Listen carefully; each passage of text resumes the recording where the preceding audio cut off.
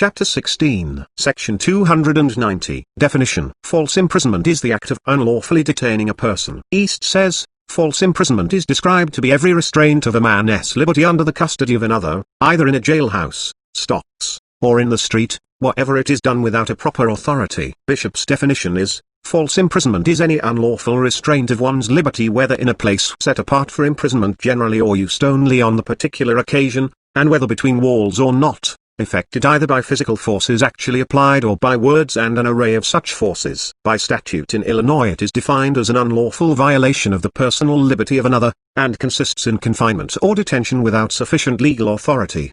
Section 291. A battery not essential. As a general rule, false imprisonment includes an assault and battery. A battery, however, is not essential. On the other hand, there cannot be false imprisonment without at least a technical assault. Section 292. Submission against the will essential. The injured party must submit to the offender's will, and he must do so against his own will. Where a person of his own free volition remains where he is, though at liberty to go if he desires, the offense is not committed. And where a person is decoyed from his home by a mere ruse, the fraud does not constitute false imprisonment. Section 293. Intent, malice, motive. To constitute an act false imprisonment, it is essential that the wrongdoer intends to detain the injured party, and also that the latter so understands his intent. Malice, however, is not an essential element of this crime. Moreover, the wrongdoer's motive is immaterial. Thus, where a peace officer arrests a person under a warrant that is void on its face, he is guilty of false imprisonment,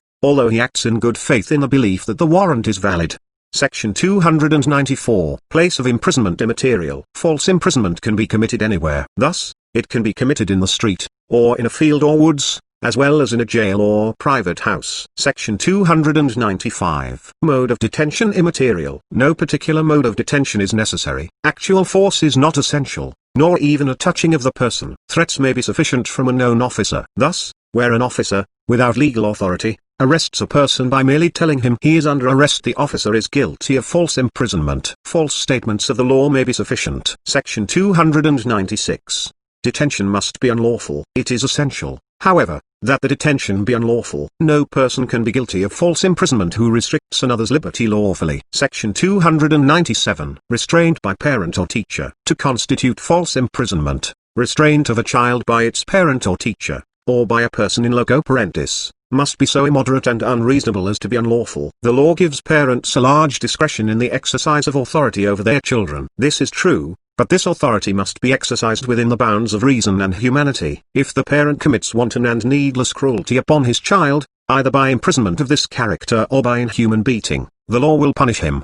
Section 298. Abuse of authority by officer. An officer may render himself criminally liable for false imprisonment by abusing his authority. Thus, where an officer makes an arrest without a warrant, or under a warrant void on its face, and a valid warrant is essential, he is criminally liable for false imprisonment. Where an officer executes a valid warrant at a time prohibited by statute, as on Sunday, he is also criminally liable. Moreover, an officer who unduly detains a prisoner, who has been lawfully arrested, renders himself liable for false imprisonment, or who unlawfully refuses to release a prisoner on bail, or holds him an unreasonable time before taking him before a justice for examination or trial, is liable for false imprisonment. A special officer in the employ of a corporation may render the corporation liable for arrest beyond the extent of his authority. Section 299. Nature of the offense. False imprisonment is both a tort and a crime. For the private injury, an action lies for damages against the wrongdoer. For the public wrong, he is subject to indictment. At common law, false imprisonment is a misdemeanor,